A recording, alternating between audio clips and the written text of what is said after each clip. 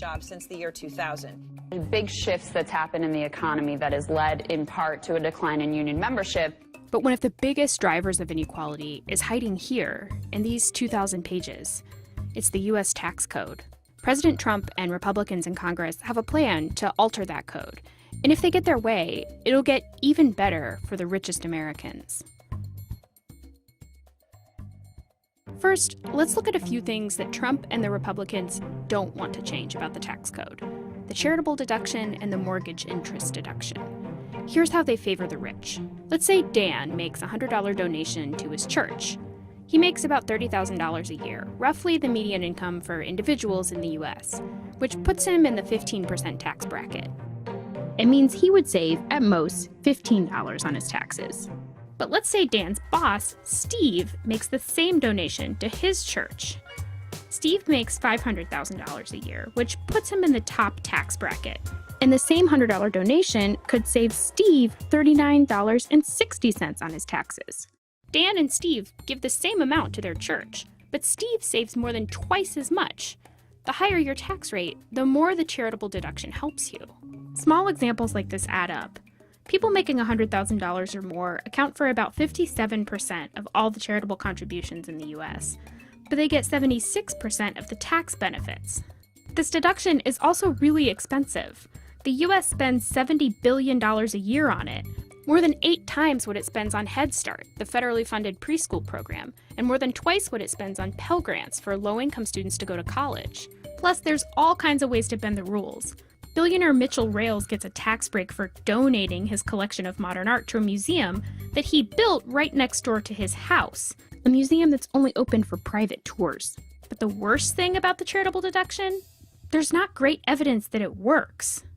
Turns out you don't need a tax break to encourage people to be generous to others.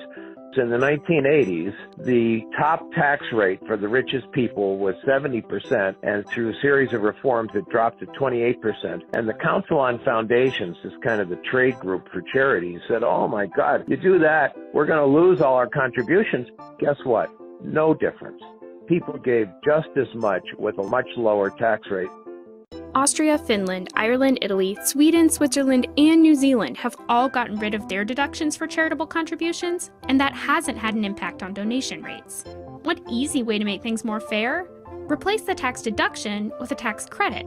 If Dan and Steve both give $100 to their church, give them each a $15 tax credit. That's how they do it in Canada. A tax credit reduces the amount you owe, so the same donation gets the same benefit, no matter how rich you are. There's another tax deduction that's a boon for the wealthy. The mortgage interest deduction costs about $100 billion a year to the Treasury. We could use that money to treat wounded veterans, to build hospitals, to build highways, but instead we give it to rich homeowners. Here's how it works. Let's say Dan buys a house for $100,000. He doesn't pay for that all at once. Each month he writes a check to the bank for $1,000. Let's say $800 goes to paying for the house, and the bank keeps $200. That's interest. Dan writes 12 of these checks a year, so he pays $2,400 a year in interest. The mortgage interest deduction lets Dan subtract that interest from his taxable income, which could save him as much as $362. Nice, thinks Dan. That is, until he hears about Steve. Steve also buys a house for $100,000. He also writes a $1,000 check each month, paying $200 in interest.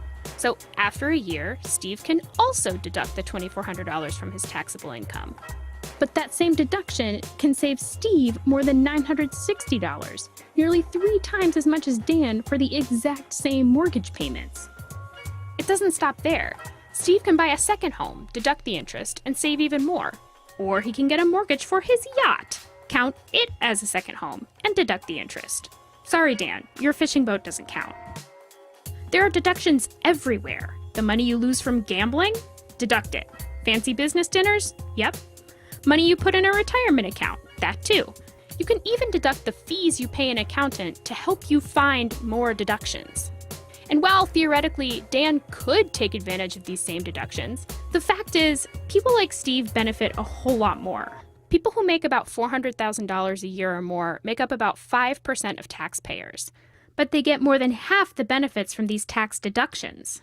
Now, there's a third part of the tax code that Trump and the Republicans want to keep, And it's even better for the richest Americans than all of these deductions: the preferred rate for capital gains. Here's how it works.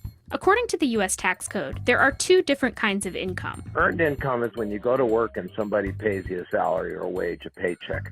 That's earned income. And we have a whole set of income tax rates for that income that go up to 39.6%. This is where Dan and Steve's tax rates come from.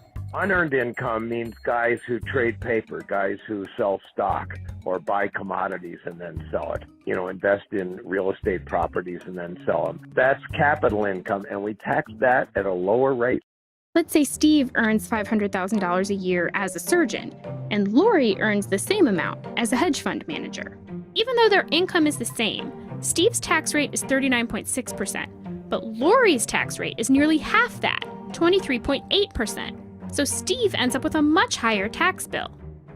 This is why billionaire investor Warren Buffett pays a lower tax rate than his secretary. His money comes from capital gains, while hers comes from a salary. Debbie works just as hard as I do, and she pays at twice the rate I pay. Ronald Reagan thought the same thing. Reagan had been a very high bracket taxpayer. In fact, he paid at the 90% rate in the 1950s. He was a movie star. His accountant kept telling him, well, sign these documents and that'll shift your income from labor to capital income. And Reagan saw that was hokey. Why should that be? Reagan's landmark 1986 tax bill taxed capital income and labor income at the same rate.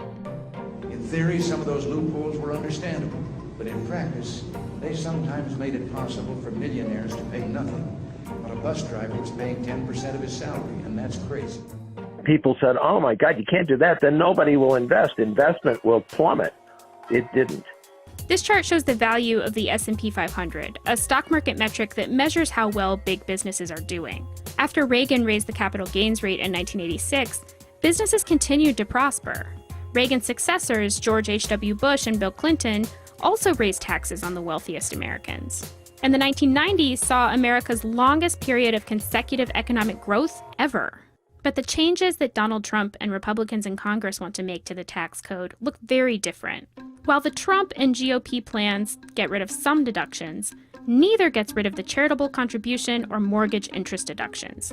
Both plans would lower taxes on capital income for people like Lori, the hedge fund manager.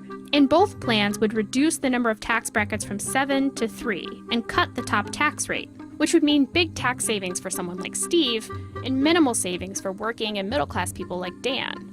Rather than working to reduce the growing gap between the richest Americans and everyone else, these new tax plans would make that gap even wider.